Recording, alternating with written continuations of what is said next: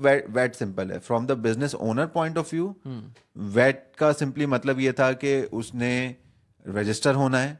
एक that was probably the first step. देखें जितना भी ये टैक्स आ रहा है ना यूएई के अंदर बिजनेसेस के लिए, उसका रीज़न ठीक है, गवर्नमेंट ने इनकम अर्न करनी है वो अपनी जगह, बट उससे बड़ा उसका रीज़न कंप्लायंस है। WTO compliance. दे वांट एक तो वो कंप्लायंस के वो ओईसीडी की ओके, कंप्लायंस करनी सही है। सही समझ गया, दूसरी कंप्लायंस। दूसरा दूसरा कंप्लायंस का पार्ट वो भी है कि दे वांट टू डॉक्यूमेंट कि लोग कर रहे हैं क्या कर रहे हैं, ठीक है ना। क्योंकि बैंक्स का मेजर चैलेंज ये था कि जी कोई 2 मिलियन की सेल दिखा दो या 20 मिलियन की दिखा दो, एक जीरो ही तो ऐड करना है।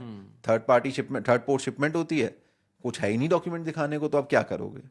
ठीक है, I worked in the bank and we have seen those cases, you know, वो डॉक्यूमेंट आ रहा है कि जी मैंने इससे खरीदा, उसको बेचा, पता चला वो दोनों कंपनियां एक ही बिल्डिंग में 2 कमरों के अंदर एक ही बंदे की थी। तो इस टाइप की भी बहुत चीज़ें होती हैं, और वो दिखाने को कुछ था ही नहीं क्योंकि थर्ड पोर्ट शिपमेंट बोलते थे। Okay, coming back to this, तो एक तो वो कंप्लायंस ओईसीडी की करनी है, वो अपनी जगह है। दूसरा, they want things to get documented.